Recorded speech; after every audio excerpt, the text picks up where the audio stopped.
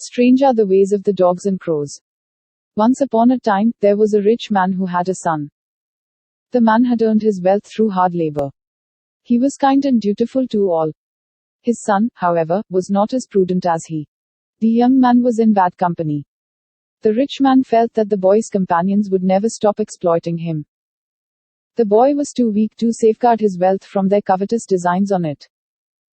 But what could he do? He was not keeping well. When he knew that it was time for him to die, he told his son privately, "My boy, do not squander away my hard-earned money. Do not fall into the trap of flatterers. I am leaving enough property for you to live comfortably if you live cautiously." After a sigh, the old man said again, "I'm dying. If ever a time comes when you find yourself utterly miserable, then open the room at the farthest east of this house. You will find the solution to your problem." The rich man died soon thereafter. At once a host of flatterers began crowding around the young man.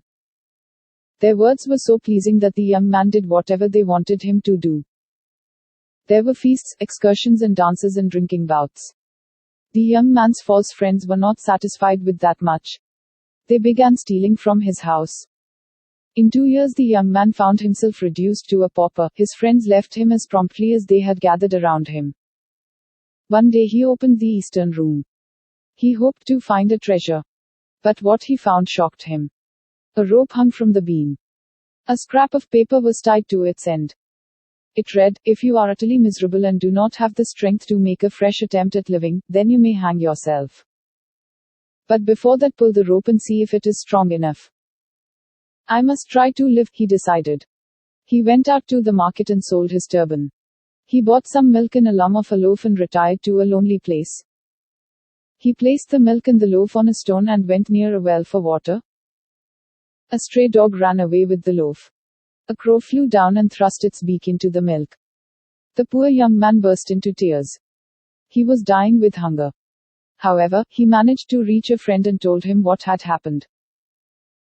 "Don't you spin yarns, don't tell me that a dog and a crow were waiting to deprive you of your food. You have spent your money foolishly and are now lying to me," thundered the friend.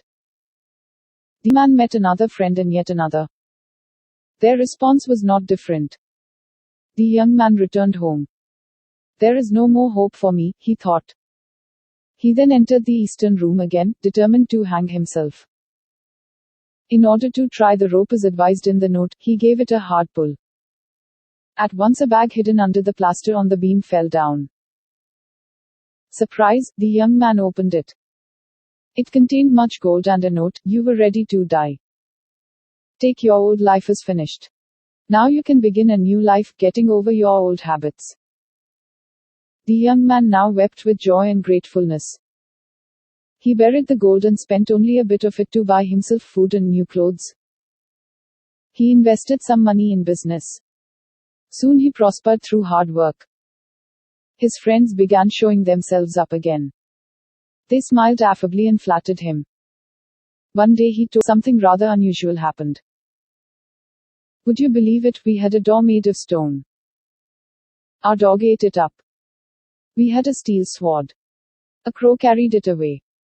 Who would not believe when it happened to you? Indeed, dogs and crows are not to be trusted anymore. Strange are their ways, commented the friends. The young man smiled. No, my friends, the ways of dogs and crows are not strange. Strange are the ways of men. When I was a pauper, a dog eating up a loaf and a crow defiling milk were considered lies. Now that I am rich, a dog eating up a stone and a crow stealing away a sword are facts, he said. The three false friends hung their heads. They never showed up again. The young man was happy to get rid of them. Thanks for listening. Please do like, share and subscribe to our channel. See you with another story.